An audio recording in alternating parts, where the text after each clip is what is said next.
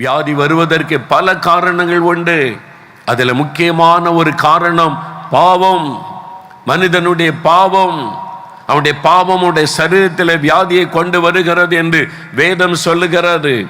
ஆகவே தான் ஆண்டவர் இயேசு அதை அறிந்திருந்தார்.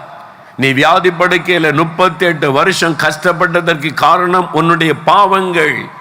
நான் உன் மீது அன்பு கூர்ந்து இரக்கம் வைத்து உன்னை குணமாக்கி இருக்கிறேன். இனி பாவம் செய்யாதே.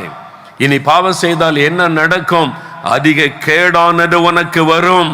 அதன் பிறகு யாரும் உன்னை காப்பாற்ற முடியாது என்பதாக இயேசு சொல்லுகிறார்.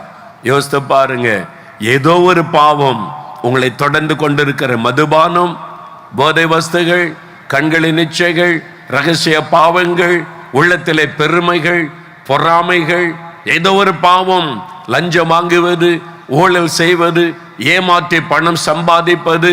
யோசித்து பாருங்க, ஏதோ ஒரு பாவம் அது சாபமாய் உடைய குடும்பத்தை தொடருகிறது. ஆண்டவர் சொல்லுகிறார், இனி பாவம் செய்யாதே. இன்றைக்கு ஒரு தீர்மானம் எடுங்க, இனி இந்த பாவம் எனக்கு வேண்டாம். அந்த பாவத்தை விட்டு மனம் திரும்புங்கள்.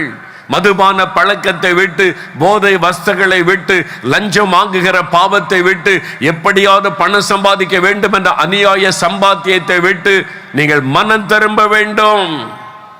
அப்பொழுது ஆண்டவர் உங்களுக்கு அற்புதம் செய்ய முடியும்.